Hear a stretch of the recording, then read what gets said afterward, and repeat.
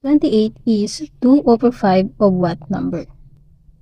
First thing we're gonna do, we're gonna write 28 is, that means equals 2 over 5 of, that is multiply what number?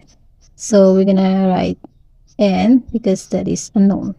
So next we're gonna write 28, then this multiply, and then since this is 2 over 5, so instead of writing 2 over 5, we're gonna write 5 over 2 is equals to n.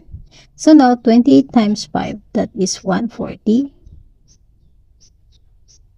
over, we have here 1 understood, 1 times 2, that is 2, equals to n. Then 140 divided by 2, that is 70, is equals to n. So now that will be the answer. Thank you.